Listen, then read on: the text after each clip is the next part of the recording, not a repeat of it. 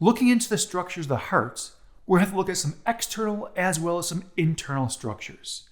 The first thing you see here, the apex. The apex is always going to be down more towards the inferior left portion of the heart. Kind of almost pushes into where the left lungs would be. So that's in the anatomical situation there, the left pointing apex. You have the superior vena cava and the inferior vena cava. Superior vena cava, blood comes in from the head, the neck, the shoulders, the arms.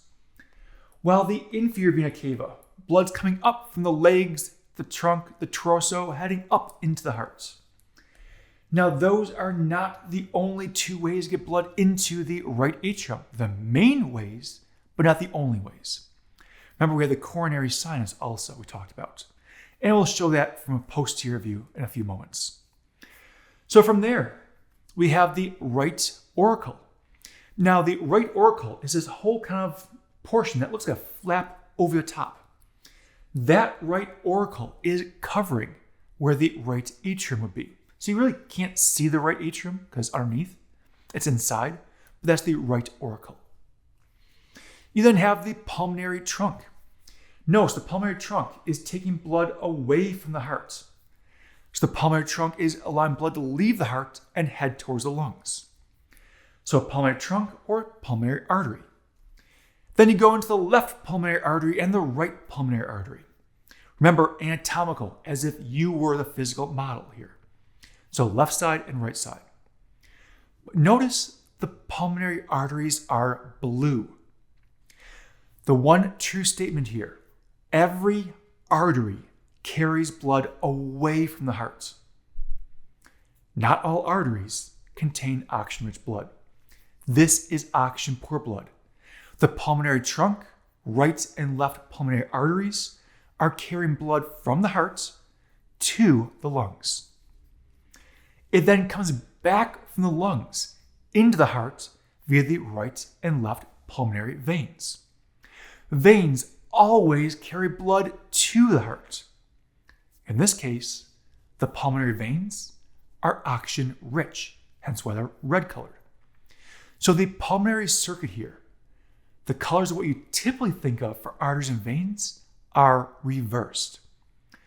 Pulmonary arteries are blue, oxygen poor, going to the lungs. Then the pulmonary veins, which are normally blue, will be, in this case, red, because oxygen rich, coming back to the heart. So your red arteries, blue veins, most of the time, but not here. These are the opposite. So you have the blue pulmonary arteries, the red pulmonary veins. Arteries are always away, veins are always towards. You then have the left auricle. Same as the right side, it covers the left atrium. So meant for expansion, extra volume here. You then have the actual aorta here, the ascending aorta and the aortic arch, carrying blood again away from the heart. These are arteries. And up top, you have the brachiocephalic trunk. Blood is pumping out here. You then have the left common carotid going up there and left subclavian going out there.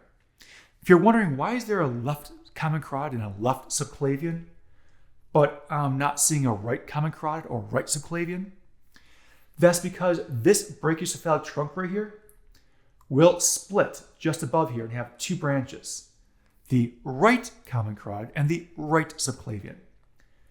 Just not visible on this particular model.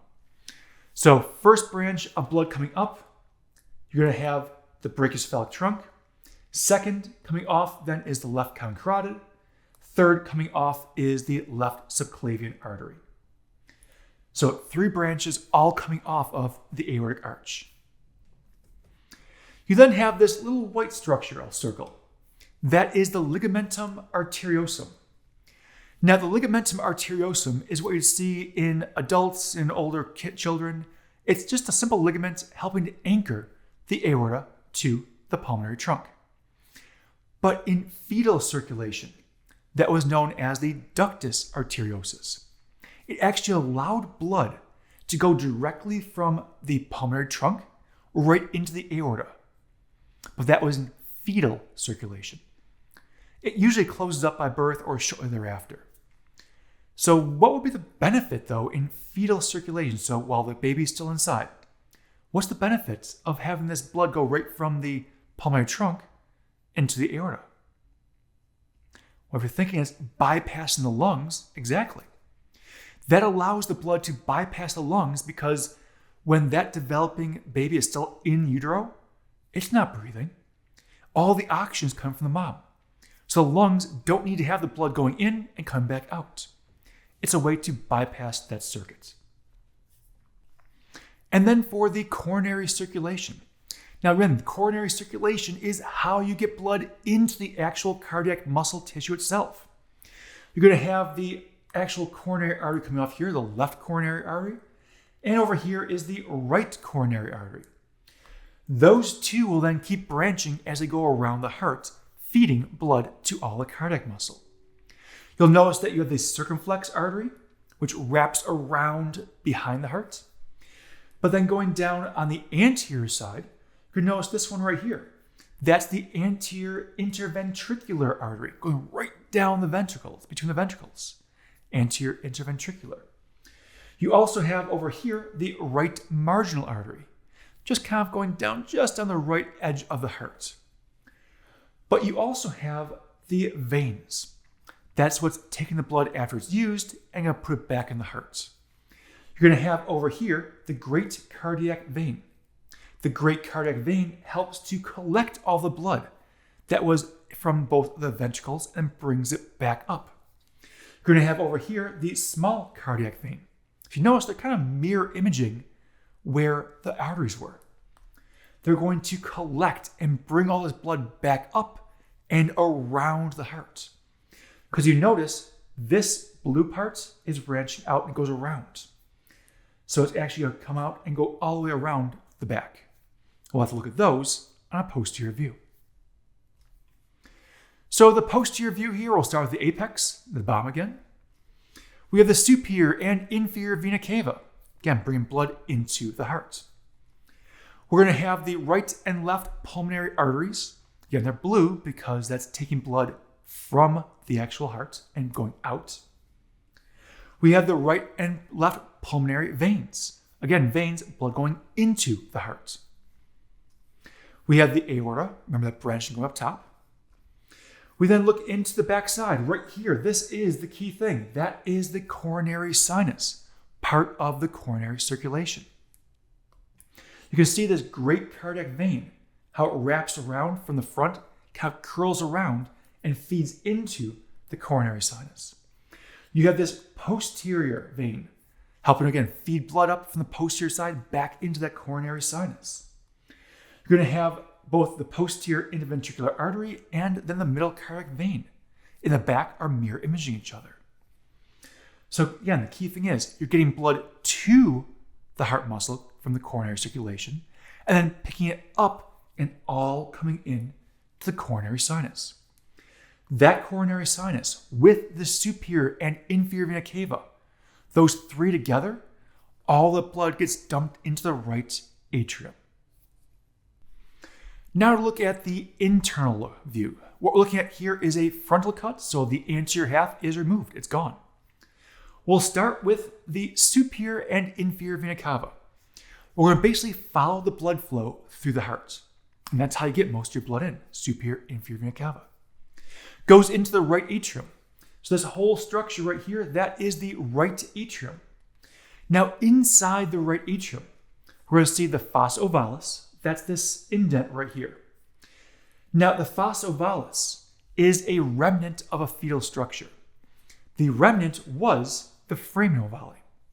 So in the fetal structure, that foramen ovale, foramen means hole, it was a tunnel that went right through here. It was behind the pulmonary trunk, but I can't draw behind this model. It would go directly from the right to the left atrium. It's again a way of bypassing the pulmonary circuit. Otherwise, you'll see the pectinate muscles. Those are going to be the kind of ridges in the wall there, in the atria. Now, the pectinate muscles are both right and left atria. It's not just the right side. You then have the tricuspid valve. Now, this tricuspid valve is also known as the right atrioventricular valve, or right AV valve. The blood would flow going down through that valve down into the right ventricle. But notice that right AV valve, or the tricuspid valve, is anchored in place by these white strings. Those white strings are the chordae tendineae. The chordae tendineae are anchored by these cone-shaped muscles. That's the papillary muscles. So you're looking at these cone-shaped muscles with this thin white string, the chordae tendineae, holding the valve in place. The reason being is as the blood gets pumped and goes flowing down into this ventricle, this right ventricle, you have to get it out of the right ventricle.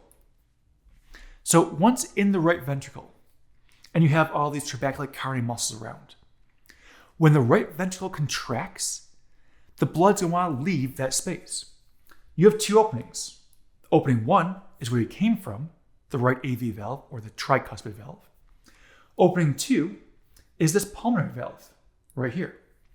Well, that's where you want it to go. So what ends up happening is, as the actual ventricle contracts, the blood pushes up into the tricuspid valve, and it snaps shut. It's held in place. Think about parachute cords. When a parachute is coming down, it's got the cords. Those chordae tendineae hold it, preventing it from just opening up. So it snaps itself shut and is held in place. That means all the blood has to go in this direction, out through the pulmonary valve. And as it leaves the pulmonary valve, it's going out into the pulmonary trunk, the right and left pulmonary arteries, and out into the lungs. We've finished the right side of the heart. Now we've got to bring that blood from the lungs back into the heart. Comes back in via the right and left pulmonary veins. Goes into the left atrium. Left atrium is this whole space up here. From the left atrium, it's going to go down. As it goes down, it's going through the mitral valve. Now, that's known as the mitral valve, known as the bicuspid valve, or known as the left atrioventricular valve, left AV valve. Same name, exactly the same thing. So it doesn't matter if you call it the mitral valve, the bicuspid valve, or the left AV valve, left atrioventricular valve, they're all the same. Blood gets down into the left ventricle, which is what this structure is down here. Now, from the left ventricle, it needs to be pumped out. Same thing happens here. When the left ventricle contracts, it either goes backwards out through the bicuspid valve, which you don't want, or it goes through the aortic valve, which is right kind of tucked down in there. That's where you want it. That's where it's heading. Goes through the aortic valve and out through the aorta. Now, as you're looking at this, think about, is there a difference right versus left? Look at the two ventricles, right ventricle and left ventricle. Notice how much thicker the left ventricular wall is compared to this thinner right ventricular wall. Why would the left ventricle be thicker? Well, think about where the blood's going. Left ventricle pumps out the aorta into your entire body. Right ventricle goes out the pulmonary trunk only to the lungs. That means the right ventricle doesn't have to pump the blood nearly as far. The left ventricle pumps a whole lot further. So the left ventricle generates more force because it has thicker ventricular walls. So that is thicker at that point. We've mentioned the interventricular septum before. It's just meant to separate. You also have the interatrial septum, which is kind of hidden behind the pulmonary trunk here. And then we have the layers: epicardium, myocardium, and endocardium. Epicardium simply is the outside of the heart. The myocardium is the thickest part. That's the actual cardiac muscle. The endocardium is what lines the insides, what the blood touches. That's simple squamous epithelium. Think back to AP1 of what that was. Nice smooth surface so the blood doesn't get stuck. So a couple of structures in the heart there. Heart externally and internally, and looking at the blood flow flowing through the heart itself.